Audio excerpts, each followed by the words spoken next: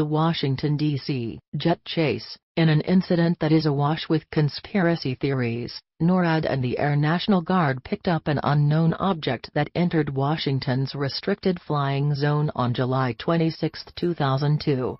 As the object's track caused concern, F-16s were scrambled to intercept the object, but the pilots claimed that they saw nothing when they arrived on the scene. The object also disappeared from radar. At the same time in Maryland, several witnesses saw a fast-moving bright blue light in the sky. The witnesses also said they saw jets pursuing it at high speed. According to NORAD, that was all that transpired and they view the matter as closed. But, according to the witnesses, more than 2 jets were in the air, which indicated that the scramble was unique. One dipped its wings on approach as if to communicate with the unknown object, and they also claim that the jets trailed the unknown object, but the object flew too fast for the jets to keep up. The event featured on Fox News as well as the Washington Post.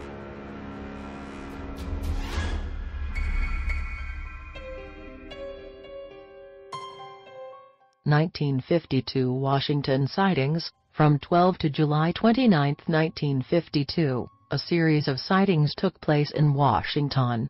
One of the most publicized events took place on the 19th. On that evening, an air traffic controller at Washington National Airport detected 7 unidentified objects on his radar screen. His superior immediately verified that the instrumentation wasn't faulty. Moments later, a controller at another facility also confirmed the objects, but he also saw a bright orange light, while yet another controller confirmed an orange disk hovering above the airport. At that point the radar scope lit up with even more objects, and the controllers phoned Andrews Air Force Base.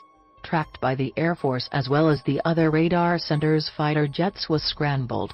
Some fighters reported that they saw white glows or lights. One even engaged them, while others reported nothing unusual.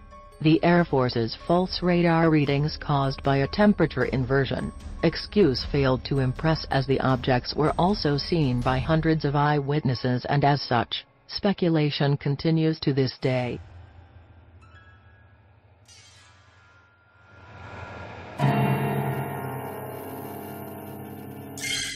Belgian UFO. On the evening of the 30th and 31st of March 1990, the Control Reporting Center, CRC, at Glans radar confirmed triangular objects in the sky above Belgium after having received various reports of unusual lights as bright as stars that changed color.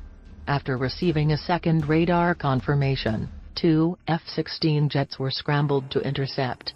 For more than an hour the F-16s tried to intercept. On 3 occasions they even obtained radar lock, but every time the objects would change their position or accelerate so fast that the locks were broken. During the first radar lock, the object accelerated from 150 meters ph to more than 100 meters ph, while changing altitude from 9,000 feet to 5,000 feet and back up to 11,000 feet in less than 2 seconds. These changes in altitude at the speeds reported would have been fatal to any human pilot. During the whole time, more than 13,000 people witnessed the unfolding drama from the ground.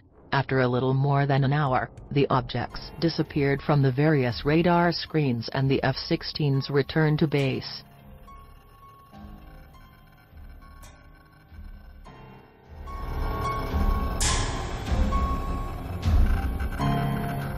Campeche sighting. In March 2004, the crew of a military surveillance plane busy with a routine anti-drug trafficking surveillance flight caught sight of 3 unidentified objects on their radar.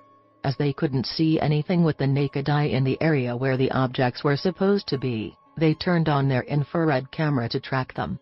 For the next 30 minutes, they recorded 11 unidentified objects moving through the sky at a very high pace. One of the objects also seemed to divide or separate into 2 different objects.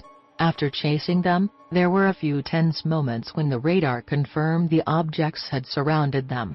In a completely uncharacteristic move, the Mexican government released all the details of the event, and they provided the crew footage and the head of the Mexican Air Force for examination and questioning by the world's media.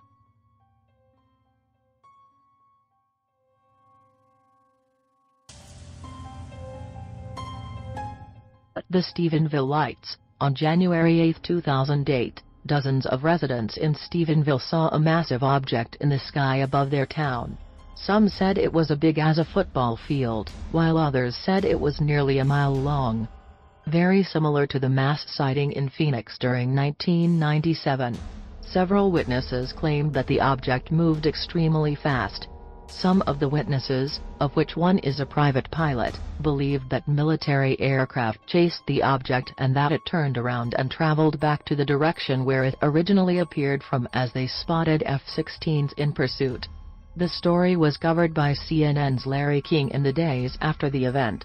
After almost 2 weeks, after denying any aircraft were operational in the area, the U.S. Air Force did an 180 and now claimed they were conducting training flights in the area that involved 10 fighter jets. That might have been the end of the rumors had it not been for the very detailed radar report obtained from the FAA, which clearly showed the very large object in the sky tailed by the jets at the exact time witnesses claimed they were seeing the unidentified object.